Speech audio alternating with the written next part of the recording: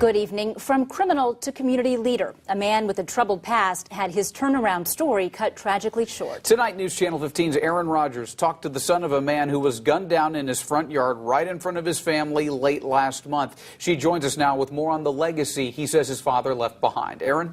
Mark and Heather, if you look up court records of Javon Harvey, you'll see drug dealing and dogfighting along with other misdemeanors and felonies throughout the 90s, as well as a recent federal indictment for tax evasion.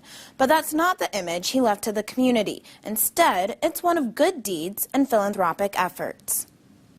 Today was Javon Harvey Jr.'s first day back at work. My dad knew what time I was getting off and he would be calling. But it's a phone call he won't be able to answer. Looked at my phone when I got off, actually. But, you know. His father, Javon Harvey Sr., was gunned down in front of his home on Tillman Road at the end of October. It didn't only take away, my grandma's son, a community leader. You took away my dad, my best friend. So. Hundreds of people showed up to lay Harvey Sr. to rest this past weekend. It was packed.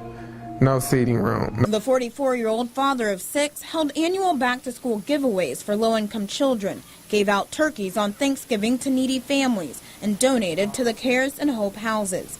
But if you Google his name, you'd find a lengthy record, including drug dealing charges in the late 90s. My dad was not perfect, My dad was with some crowds. Harvey Jr. says his dad was open about his drug dealing days in an effort to keep him away from that lifestyle. My dad knew what he went through, with all of that, and he didn't want his children to go through the same thing. He wanted us to be better than him. He says he hopes his father's death wasn't connected to his past, because he was a changed man who turned his life around. But he does want to send a message to those still in that life. Don't look to retaliate, because that's just going to keep it going. Our city we've lost too many fathers to the same violence. It has to stop.